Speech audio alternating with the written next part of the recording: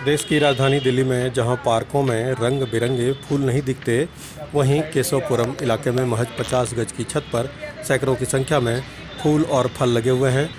और इसे अगर टेरेस गार्डन कहा जाए तो कोई अतिशयोक्ति नहीं होगी। फूलों की वैरायटी इतनी कि कोई अगर इसे गिनना चाहे तो गिन नहीं सकता। गुलाब के ही कई प्रकार हैं। इसी तरह से सैकड़ों फूलों की वैरायटी के साथ साथ छत पर ही गमले में टमाटर, संतरे, स्ट्रॉबेरी, अंगूर, चीकू फल भी लगे हुए हैं और ये फलते भी हैं। इसके अलावा कई सारे मेडिसिनल प्लांट हैं, टेरेस गार्डन पर लगाए गए हैं और इन दिनों वहाँ प्रदर्शनी भी लगाई गई है जिसे लोग देखने के लिए आते हैं। दरअसल इसकी शुरुआत 26 साल पहले मदन गोपाल कोहली ने की थी। हालांकि इस साल जनवरी में उनकी मौत हो गई।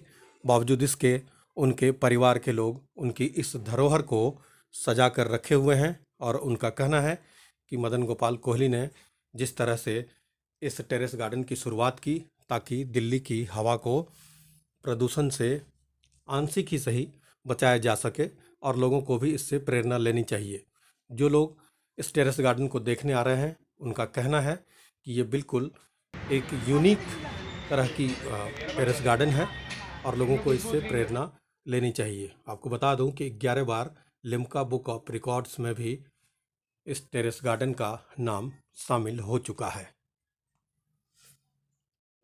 पहले तो हम लोग नहीं इतना कर पाते थे और लगता था कि वो हैं तो वो कर रहे हैं तो हमें ऐसी ज़रूरत नहीं है, लेकिन उनके जाने के बाद हमने यही सोचा कि इस छत को हम वैसे का वैसा ही रखेंगे। क्योंकि अभी जैसे हमने फ्लावर शो लगाया तो बहुत से लोग ऐसे आए जिन्होंने कहा कि हम इस बात से बहुत एक्साइटेड हैं और हैप्पी हैं कि आप लोगों ने इस लेगेसी को आगे बढ़ाया है। और आपने ऐसे नहीं किया कि नॉर्मली यही होता है कि कोई बड़ा जो ऐसे बुजुर्ग जाते हैं तो उनका जो इंटरेस्ट होता है उसको देख आगे ले जाने वाला कोई नहीं होता, लेकिन यहाँ पर मेरे बच्चों ने मैं तो ये कहूँगी कि मेरे बच्चों ने मुझे बोला है कि नहीं आप भी करो मम्मा हमारे साथ। तो मतलब मैं तो ये देख के सोच रहा हूँ कि इतनी छोटी सी छत में इतने सारे पौधे कैसे कोई उगा सकता है। मतलब जैसे मैं वो क्या कहते हैं मदन गोपाल कोहली जी से मिला था तो वो जब भी मिलते थे हमेशा हंसते थे, टॉफ़ी देते थे।